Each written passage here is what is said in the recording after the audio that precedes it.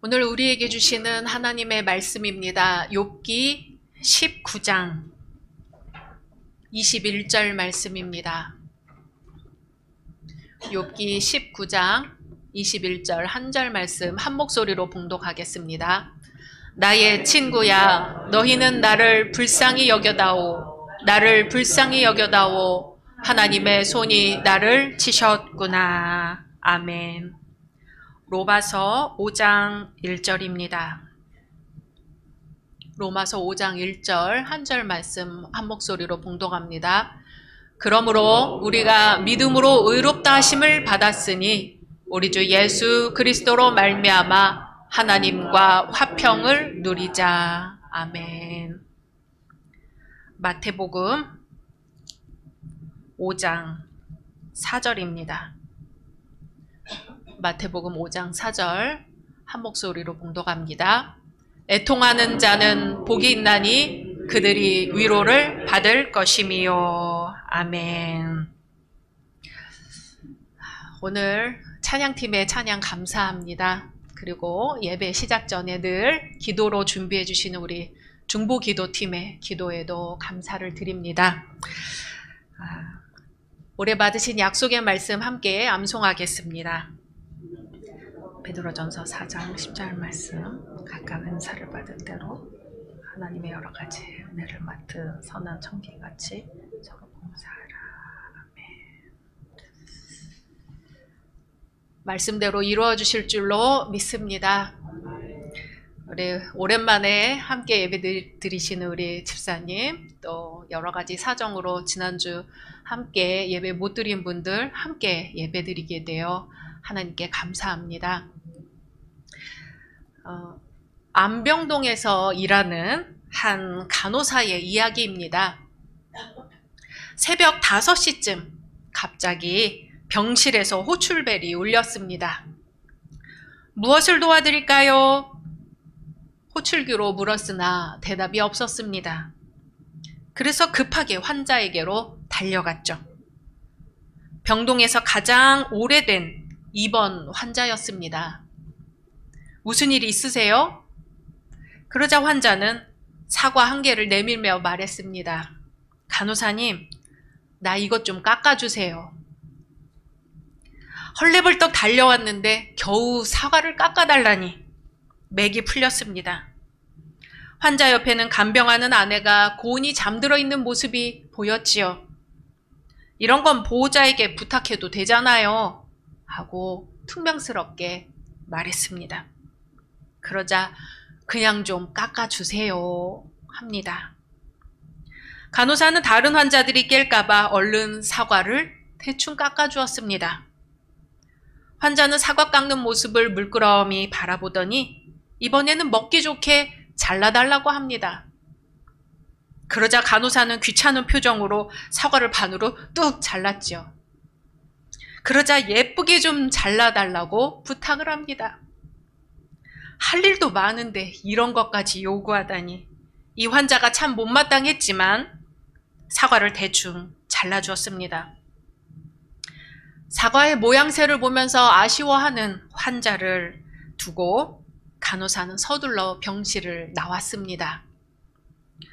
얼마 후 그 환자는 세상을 떠났습니다. 며칠 뒤 3일장을 치른 그 환자의 아내가 수척한 모습으로 이 간호사를 찾아왔지요. 간호사님, 사실 그날 새벽에 사과 깎아주셨을 때 저 깨어 있었어요.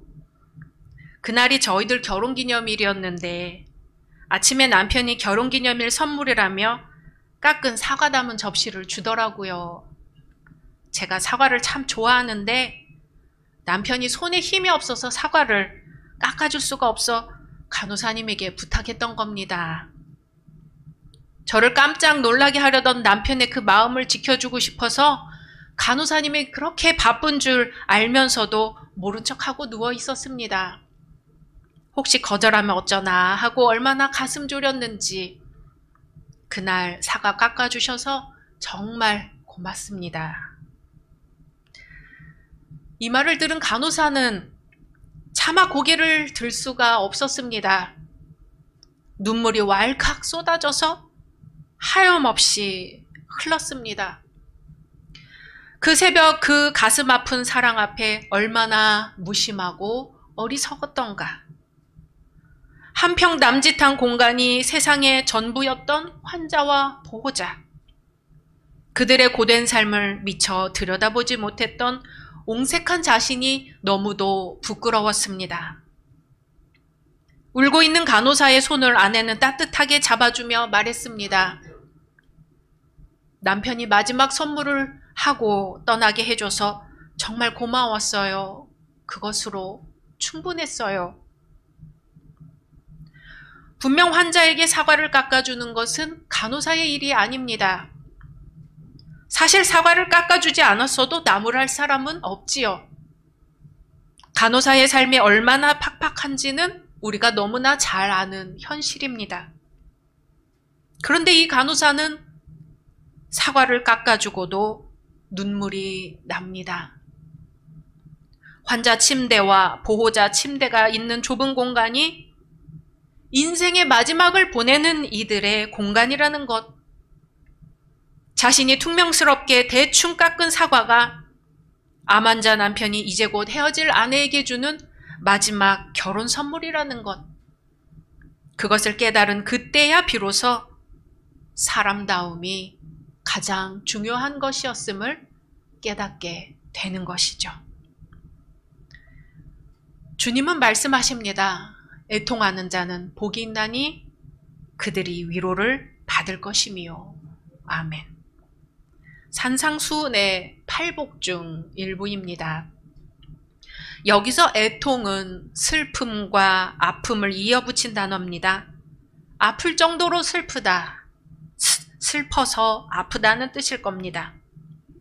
몸과 마음, 영혼과 육체가 둘로 나뉘어진 것이 아님을 알려주는 단어이지요. 슬퍼하는 자는 과연 무엇을 슬퍼한다는 것일까요?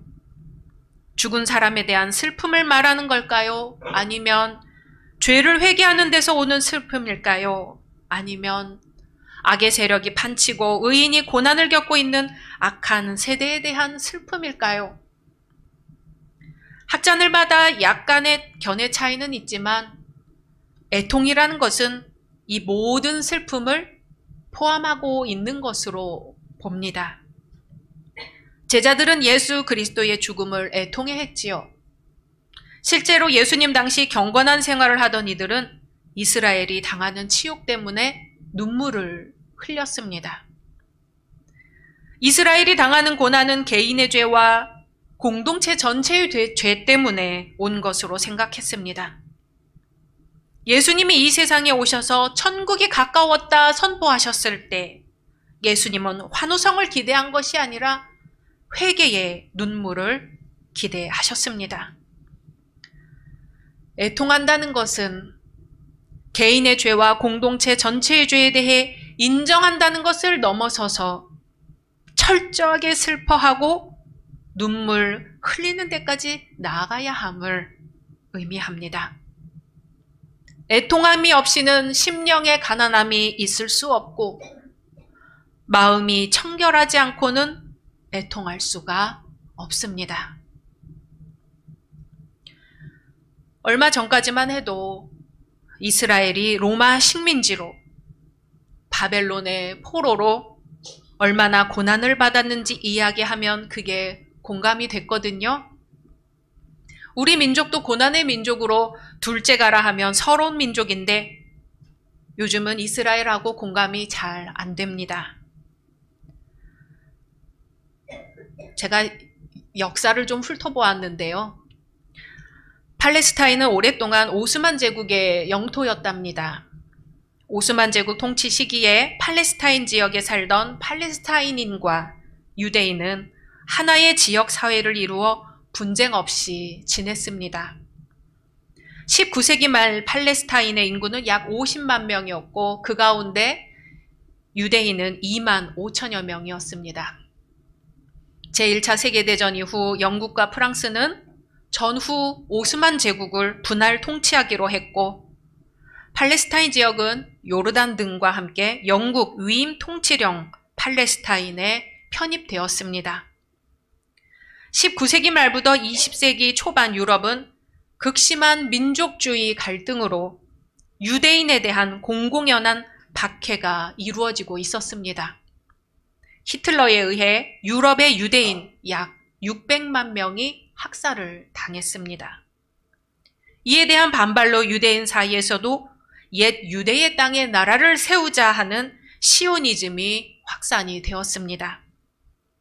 영국이 팔레스타인을 지배한 뒤 유대인들은 팔레스타인의 토지를 매입하기 시작했죠. 제2차 세계대전이 끝난 뒤 1948년 이스라엘을 건국하였습니다. 이 때문에 독립을 꿈꾸던 팔레스타인인들은 자신들의 바람을 이룰 수 없게 되었죠. 이후 이집트를 필두로 요르단 등 5개 아랍 연합군이 이스라엘을 공격하는 중동 전쟁이 일어났지만 이스라엘이 승리를 거두었습니다. 이스라엘은 약 78%에 육박하는 땅을 차지하게 되었고 팔레스타인 땅은 점점 줄어들어 70만 명 이상의 팔레스타인 난민이 발생하게 됩니다. 이때 팔레스타인 해방기구가 조직되었고 이스라엘에 지속적으로 게릴라 공격을 가했습니다. 올해는 팔레스타인이 강제 이주를 당한 나크바, 대재앙이라는 의미로 나크바라고 하는데요. 나크바가 발생한 지 75주년이 되는 해라고 합니다. 열흘 전 집계로 가자 지구의 거의 모든 서비스가 붕괴한 가운데 잔해 속에 묻혀있는 실종 아동 1200명 이상을 포함해 수천 명의 실종자가 발생했습니다. 가자 지구에서 활동하는 언론인들은 이 상황을 지구상의 지옥이라고 묘사합니다. 팔레스타인에 있는 성도들은 기도합니다. 거룩하신 하나님, 우리는 75년 넘게 상처받고 영원한 트라우마를 경험해 왔습니다. 현재 가자 지구에서 일어나고 있는 사건들은 예레미야 선지자의 질문으로 우리를 이끕니다. 나의 고통이 계속하며 상처가 중하여 낫지 아니함은 어찌 됨이니까? 가자 지구의 하늘에서 미사일과 백린탄이 쏟아져 사람들이 무차별적으로 죽어가는 가운데 오 주님, 억압받는 이들을 향한 동정심과 자비를 보여주시기를 간구합니다. 자비로우신 주님, 우리의 기도를 들으소서. 팔레스타인의 수많은 어린이들이 전쟁으로 다치고 팔다리를 잃고 죽어가고 있습니다. 더 이상 잘잘못이 누구에게 있는가 하는 질문을 사라지게 만들지요. 그저 전쟁은 일어나선 안 된다는 것, 빨리 종식되어야 한다는 것, 평화를 위해 더 많이 기도해야 한다는 것 밖에는 아무 생각이 들지 않게 만듭니다. 애통하는 자는 복이 있나니 그들이 위로를 받을 것이미요. 이런 상황에서 이 말씀을 우리는 어떻게 이해해야 할까요? 복을 받겠다고 애통해야 하는 건가요? 여기에 계신 분들은 이스라엘 팔레스타인 전쟁의 피해자들과 함께 슬퍼하실 것입니다. 그런데 우리의 이 슬픔이 복을 받기 위해서는 아니잖아요. 그저 사람이 어느 한순간 어떻게 저렇게 될 수가 있는가? 죄 없는 아이들이, 민간인들이 왜 저런 고통을 당해야 하는가? 그 답을 찾을 길이 없어 슬프고 슬픈 것이지요. 욥을 찾아온 세 친구들이 욥의 고통이 극심함을 보고 일주일 밤낮을 아무 말 없이 앉아 있었습니다. 할 말을 잃었습니다. 친구 욥이, 동방의 의인이며 거부였던 욥이 자식을 한 번에 잃고 거기다가 재산을 한 번에 잃고 몸에는 피부병이 돋아 기왓장으로 긁어야 하는 신세가 되었으니 그런 친구를 두고 뭐라고 하겠어요. 그런데 일주일이 지나자 친구들이 할 말이 생겼습니다. 욥이 왜 이런 일을 당하게 되었을까 하는 해석을 하기 시작한 것이죠. 욥이 뭔가 잘못했으니까 벌을 받은 게 아니냐고 합니다. 욥은 자신이 왜 이런 고난을 당해야 하는지 알 수가 없는데 이미 그 당한 고난이 너무나 처참하여 아무 말도 할 수가 없는데 위로하러 왔던 친구들이 7일간을 함께 침묵하며 말없는 위로를 전하던 친구들이 이제 말하기 시작합니다. 뭔가 하나님 앞에 잘못한 것이 있으니까 이런 벌을 받는 게 아니냐고. 욥의 마음을 후벼 팝니다. 세 사람이 돌아가면서 아주 논리적으로 아주 이성적으로 욥을 책망합니다. 아무 잘못 없는 사람에게 하나님께서 이런 고통을 주실 리가 없다고 합니다.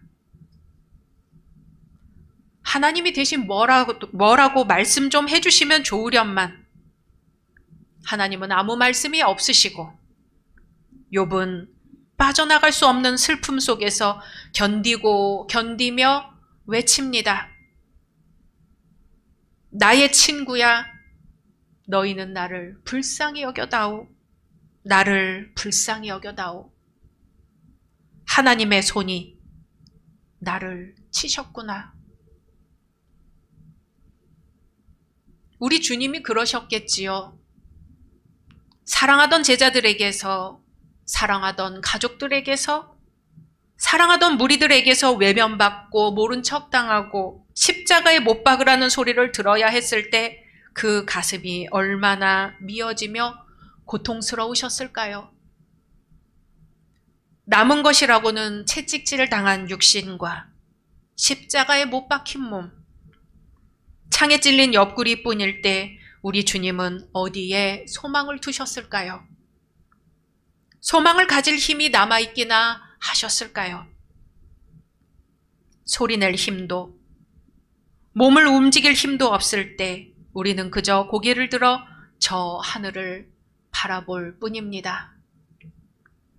내 마음을 다 아시고, 내 마음을 다 이해하시고, 내 마음을 어루만져 주실 그분이 저기 계심을 믿고 그저 눈을 들어 하나님을 바라볼 뿐입니다.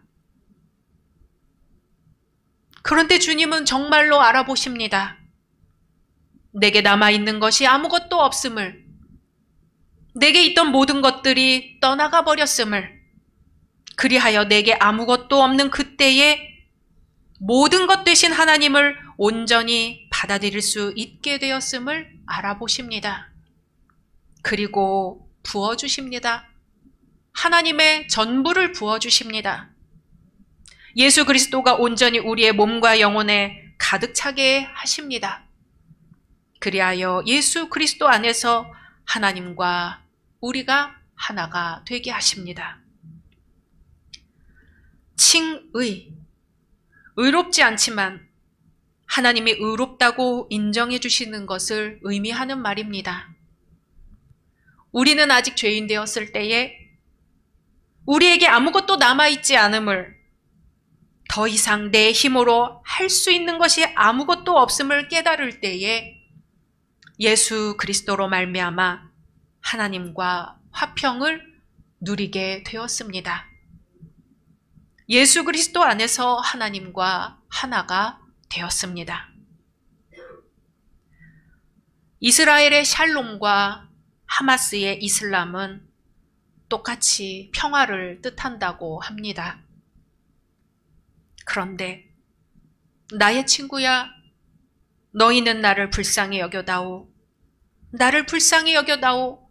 하나님의 손이 나를 치셨구나 하는 욥의 외침은 누구의 절규일까요? 욥의 외침은 우리를 아프게 합니다. 하나님의 편이라고 하면서 정의라는 이름으로 우리는 얼마나 많은 상처를 주었을까요? 우리가 할 일은 불쌍히 여기고 힘이 되어주는 것이었는데 심판자가 되려고만 했습니다. 오늘도 우리의 친구는 우리를 향해 말하고 있습니다. 나의 친구야, 나를 불쌍히 여겨다오. 나를 불쌍히 여겨다오. 하나님의 손이 나를 치셨구나.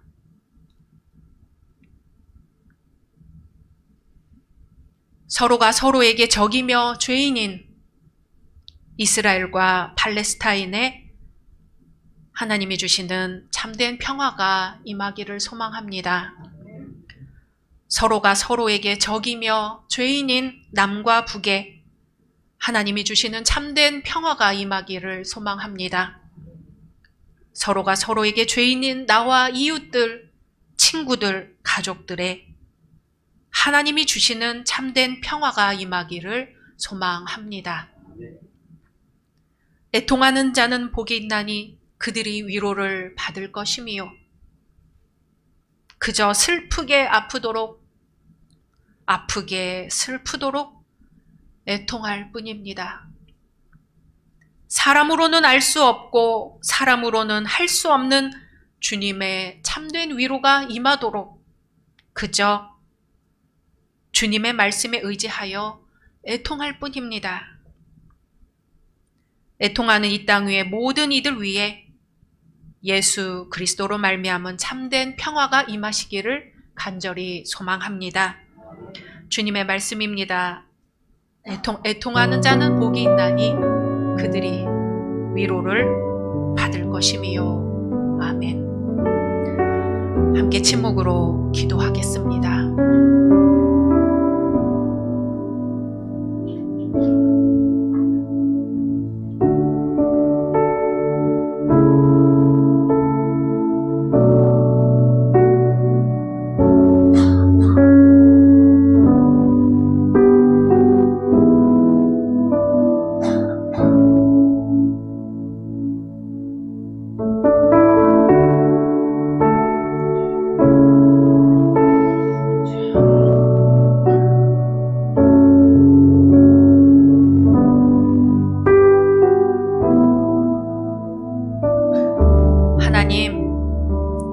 전쟁의 소문이 더해지고 있습니다.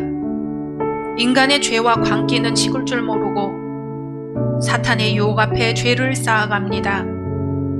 주여, 우리들의 죄를 용서하여 주옵소서. 미움과 분노를 걷어내고 하나님의 사랑과 긍휼의 마음을 갖게 하옵소서.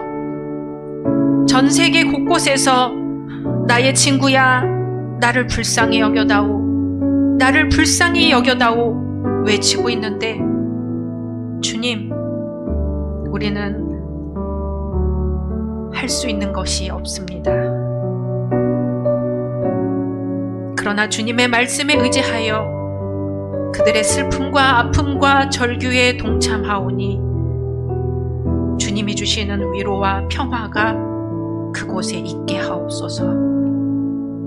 예수님의 이름으로 기도드립니다. 아멘.